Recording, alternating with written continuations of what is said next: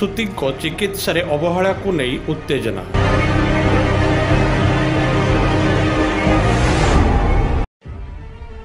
मयूरभंज जिलार कुलियोणा थाना अंतर्गत कुलियोणा गोष्ठी स्वास्थ्य केन्द्र में जड़े प्रसूति चिकित्सार अवहेलार प्रतिवाद रे परिवार लोक एवं साधारण जनता डाक्तरखाना को घेरिले।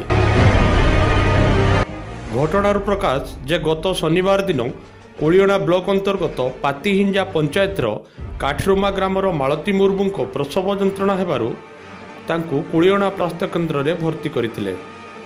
सेठारे से एक शिशुपुत्र को जन्म मध्य देइथिले। हेले सेठारे कार्यरत नर्स चिकित्सा अवहेला करिबारु प्रसूति अवस्था संकटापन्न होइथिला एवं संगे संगे प्रसूति को बारिपदा स्थित पंडित रघुनाथ मुर्मू मेडिकल कॉलेज को स्थानांतरित करा जाइथिला। हेले सेठारे प्रसूति मृत्यु घटिथिला। गर्भवती पेसेंट मानती मुर्मू कौन तांकर डेलीवरी हॉस्पिटल को आनी तापरे डेलीवरी हेला बेले ता पुओ छुआटा हेला पुओ छुआटा हेला डेलीवरी हो गला। तापरे से नर्स दीदी थिला नर्स दीदी आ स्वीपर बुढ़ी गुटे थिला से स्वीपरटा से गर्भफुलटा टाणिकी बालिला। नर्स आपन नामटा दुलारी मुर्मू बेटा से दीदी थिलेनी से दीदी थिलेनी तापरे से आरो दीदीटा थिला से ना स्वीपर नहीं स्टाफ नर्स से तांको डाकते गले।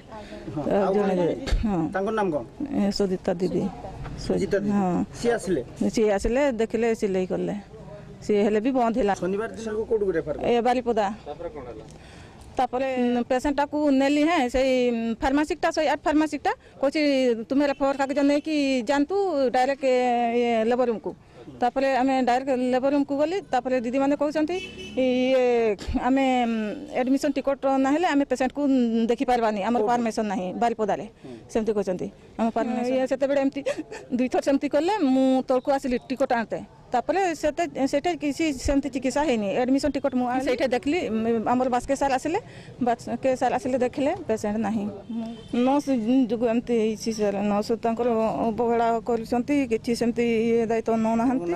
दुर्योधन मारंडी आपण पेशेंट कोन होंती भाई भाई होंती आज्ञा कोन हितला सेटा पेशेंट डेलीवरी केस पे हमें 9टा बेले शिशु पुत्र को स्वाभाविक भाव जमती जन्म देवा कथा सेमती देइथिले किंतु माने 9टा पर तांकर अत्यधिक रक्तस्राव होबारु डॉक्टर भी सेतबे नथिले कि नर्स भी नथिले सेतबे तो जदि रेफर करिवार थिला घंटा आगु जदि रेफर करथांते हम भणीटा बंची थांते। एहार प्रतिवाद रे आज शह शह जनता कुलियोणा प्राथमिक स्वास्थ्य केन्द्र को घेराव करथिले।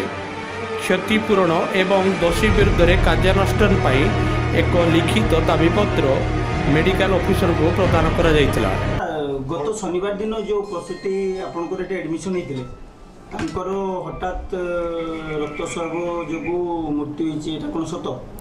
हाँ सेमती खबर सत सेटा बारिपदारे मृत्यु होती सी एक्चुअली से खबर मो प्रकाश आशा दीदी मैंने भी लिखिं मु भी समस्त शुणिली एलिगेशन तो पुंखानुपुंख इनक्वारी करी मु रिपोर्ट गोटे डिस्ट्रिक्ट को सबमिट करी मोर अथॉरिटी को हायर अथॉरिटी आउ जो लेवल नेग्लिजेंस होती जो लेवल नेग्लिजेंस होती जी भूल कर एगेन्स्ट एक्शन पाई मुझे लिखिदेवी सीडीएम सर को जहाँ शुणाशुणी मुझे शुणा पाई सेमती कर मोटे पुंखानुपुंख मुझे इनक्वारी करी सत कि मुझे इनक्वारी कर जानी बुझे कि नहीं मुझे जनइबी बर्तमान से आम आज जन जो अच्छा स्टाफ नर्स दीदी एक्सक्लूसिवली लेबर रूम चार्ज दिखाई सुविधा दीदी को लेबर रूम चार्ज एक्सक्लूसिव सी सब बुझे ड्यूटी था न था आम तो स्टाफ भी सर्टेज अच्छा तो जदि से दीदी को कार्यानुष्ठान निगला से अनुसार मुझे अवगत करी मोर हायर अथॉरिटी को। एठारे कही रखिबाकु चाहिबी जे पूर्वर मध्य कुलियोणा प्राथमिक स्वास्थ्य केन्द्र रे चिकित्सार अवहेलार अभियोग बहुबार होईछि। स्थिति न सुधरिले आगकु आंदोलन भयंकर रूप नेब बोली बुद्धिजीवी माने प्रकाश करछन्ति। Report cyber news.